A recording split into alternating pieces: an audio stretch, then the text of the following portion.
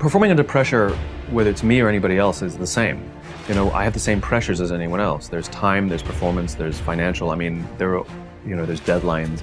My pressures are not unique. The situations may be different, but everybody has the same kinds of pressures.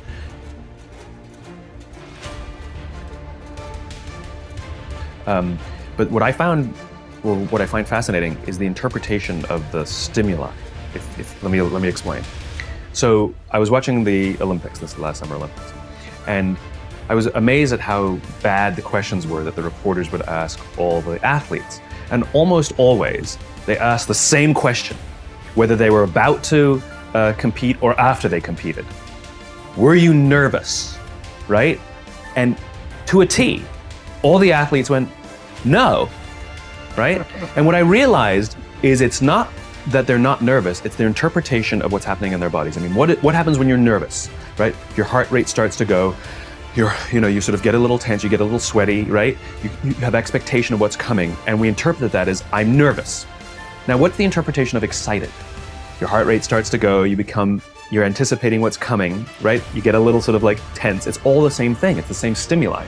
Except these athletes, these Olympic quality athletes, have learned to interpret the stimuli that the rest of us would say as nervous as excited. They all say the same thing. No, I'm not nervous, I'm excited. And so I've actually practiced it just to tell myself when I start to get nervous that this is excitement. Yeah. And so I used to speak in front of a large audience and somebody would say, how do you feel? I used to say, a little nervous. Now when somebody says, how do you feel? I'm like, really excited actually. And it came from just sort of telling myself, no, this is excitement. And it becomes a little bit automatic later on. But it's kind of a remarkable thing to deal with pressure by interpreting what your body is experiencing as excitement rather than nerves. And it's really kind of effective. It makes you want to rush forward rather than pull back, and yet it's the same experience.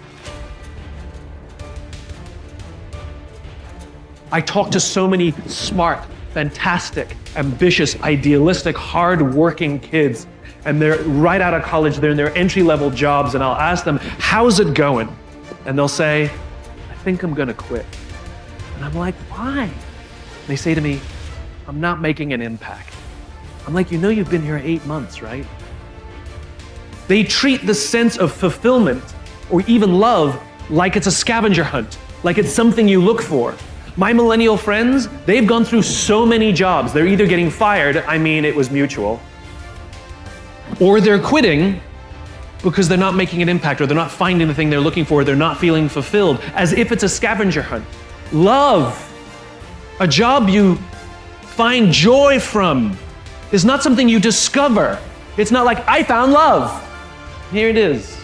I found a job I love. That's not how it works.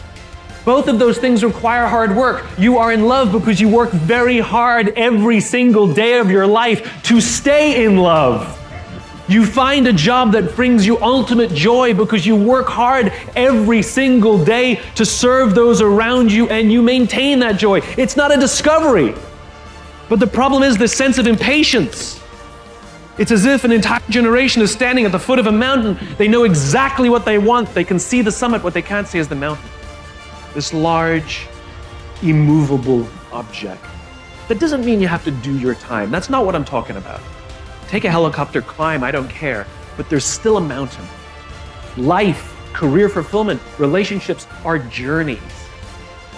The problem is, this entire generation has an institutionalized sense of impatience. And do they have the patience to go on the journey to maintain love, to feel fulfilled, or do they just quit and on to the next, dump and on to the next, ghost and on to the next?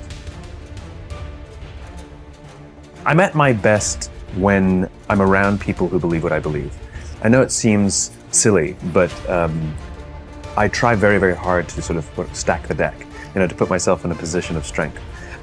So for example, somebody asked me just yesterday, have you ever had sort of a bad, engagement? And I was thinking to myself, I'm like, not really. But it's not because I'm some sort of genius or anything like that. It's because I stack the deck. It's because I want to be there. I want to be around people who want me there. In other words, if I'm somebody's 10th choice, I'll probably turn it down. Whereas if I'm their first choice, they really want me there, and so I'm more likely to have a good engagement. They're supportive of me, I'm supportive of them, And so, I'm at my best when I stack the deck, when I choose to be in an environment where my strengths are there.